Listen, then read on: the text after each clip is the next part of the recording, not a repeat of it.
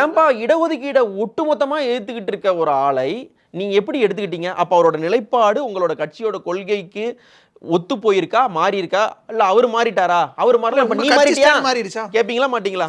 கேட்பீங்களா மாட்டீங்களா? இப்போ நான் ஜெயலலிதாவை கண்ணாமண்ணான்னு திட்டியிருக்கேன்னு வைங்க, எம்ஜிஆர் ஒழிகன்னு கத்தியிருக்கேன்னு வைங்க, திடுதிப்புன்னு அதிமுகவில் வந்து நான் சேரும்பொழுது நான் பொன்மன செம்மலை, தியாக தலைவியை, அடுத்து இப்போ இருக்கக்கூடிய எடப்பாடி பழனிசாமி இரும்பு தேசத்தின் கரும மனிதரை அப்படின்னு நான் சொல்லி ஒப்புதல் கொடுத்தாதான் ஒரு அதிமுக தொண்டன் ஏற்றுக்கொள்வான். ஆமா, மாறிட்டேன், நான் இந்த தலைமையை ஏற்றுக்கொள்கிறேன் அப்படி.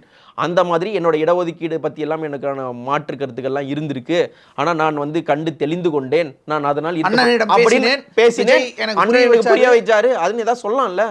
இப்போ நாம் தமிழர்லேருந்து திமுக வந்தவங்கலாம் சொல்றாங்கல்ல, கலைஞரை நான் கண்டு கொண்டேன், கலைஞர் உருவில் ஸ்டாலினை காண்கிறேன். நாம் தமிழில் வந்து இப்போ வந்தவங்களாம் சொல்கிறாங்களா, உங்களுக்கு பெரிய பொறுப்புலாம் இருக்கு இல்லையா? அப்போ அவங்களுக்கு அந்த கொஸ்டின் அவங்கள நோக்கி போகிறதில்ல.